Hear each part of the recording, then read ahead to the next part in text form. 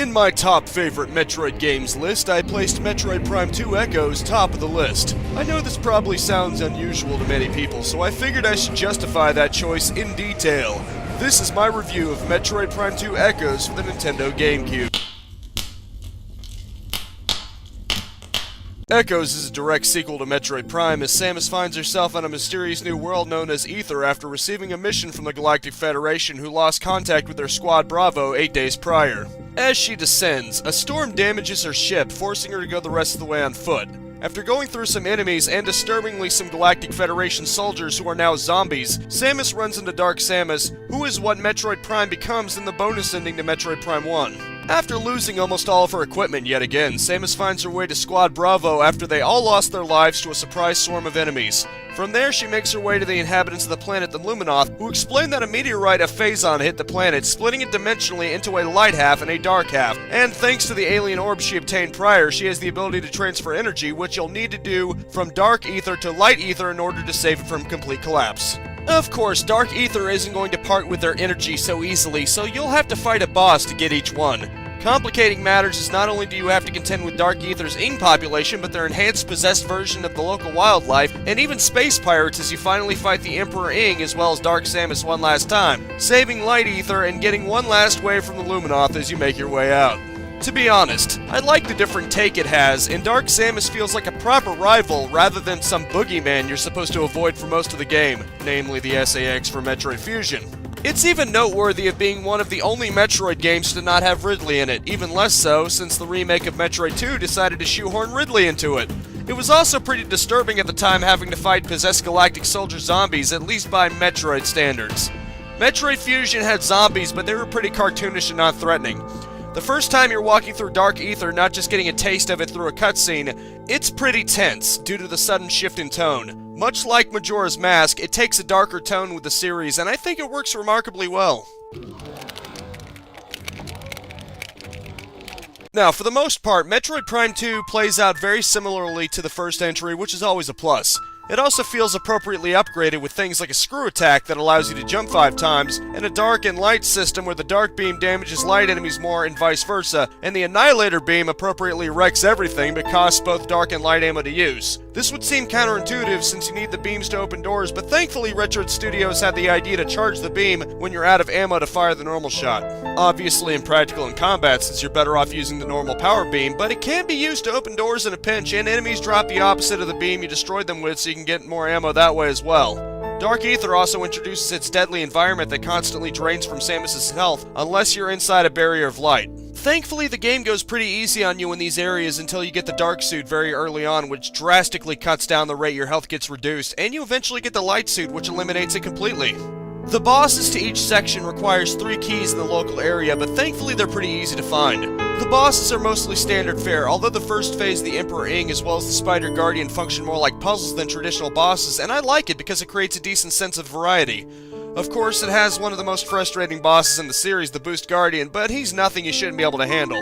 One interesting boss has you battling it out with the larval version of the creature before you have to fight an adult version, and as I said before, Quadraxis is one of my favorites.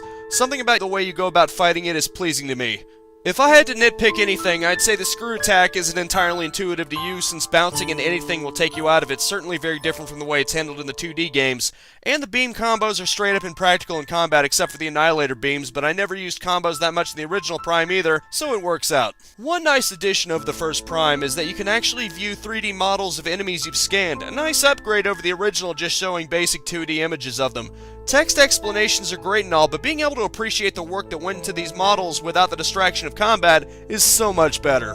One interesting enemy in particular that I haven't really seen anywhere else in the series is a virus enemy that can disable you until you reboot your system. I don't recall anywhere else where it actually shows Samus's visor rebooting itself like an operating system. It's pretty cool. Speaking of visors, you also gain the Dark Visor and the Echo Visor. The Dark Visor is more or less the X-ray/heat visor from the previous game where you can see invisible objects. What's really noteworthy is the Echo Visor, which allows you to literally see sound. Now, this is the GameCube we're talking about, so you're not going to see every single sound that's being emitted. It's fairly simplistic, but it's still really cool seeing sound waves pass through the air, and it factors into puzzles, including the second phase of the aforementioned Quadraxis fight. The fights with Dark Samus are also very engaging, since she seems to upgrade her abilities along with you. This is why I think she makes a good rival character, and I'd like to see a similar one in a future game. Perhaps Silex one day, since Metroid Prime 3 alluded to him. The controls might be seen as less than ideal for some, since it operates like a tank, but I'm fine with it, and if you can get your hands on it, the trilogy for the Nintendo Wii gives it Prime 3 controls, which I'm sure most people appreciate. There's also multiplayer, but this game obviously wasn't made with it in mind, so I wouldn't really recommend it unless you're just looking to kill some time with a buddy or two. Thankfully, it doesn't detract from the single player at all, so you can safely ignore it. All in all, the gameplay is very well done and manages to create some very tense moments, as Metroid always excels at, in my opinion.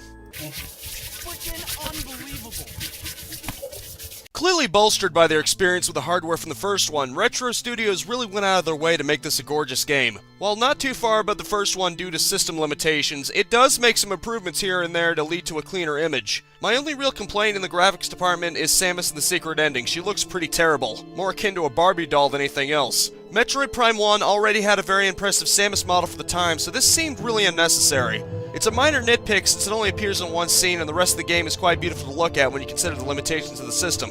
Samus's armor has an appropriate level of shine to it, Dark Aether looks appropriately unwelcoming with its purplish tint, and the environments are quite detailed and stylistic. You can easily tell where everything is with distinguishable landmarks, and the particle effects, such as when you're charging weapons, is quite nice to look at as well. I especially like the Annihilator combo, which seems to crack the screen to represent the distortion effect from breaking the sound barrier. And of course, the visors are quite nice. The Dark Visor has a nice static effect on it, and I already mentioned how awesome I think the Echo Visor looks. The dark versions of creatures also have some interesting looks to them, especially Dark Metroids, which, to me, almost look like floating dark pumpkins, which I suppose fits the more horror-esque nature of the game, since it makes me think of Halloween. As for audio, the sound effects are pretty serviceable, and the music is a nice mix of old and new, especially Dark Samus's theme. Thanks to the aforementioned model viewer in the logbook, you can really appreciate the amount of fine detail that went to each model, and it's definitely a good incentive to scan enemies as much as you can, especially one-off bosses. Of course, the biggest highlight of the game is always the environments, ranging from the sandy temple grounds to the quite human and organic Torvus Bog, and the absolutely breathtaking Sanctuary Fortress, each with their own Dark Aether equivalents which are appropriately tense and foreboding. All in all, the presentation is absolutely phenomenal and one of the best looking games from the 6th generation of consoles, let alone the GameCube, with audio and music to match. All in all, this game is truly a gem. Any nitpicks I have about it are certainly overshadowed by the mountain of good stuff I can say about it. The dark and gritty nature of Dark Aether contrasts beautifully with the more light and hopeful nature of Light Aether. Metroid Prime 2 Echoes is a very well made game in my opinion, and one of the shining gems in the GameCube's library. If you have a GameCube or Wii, it's an absolute must-have.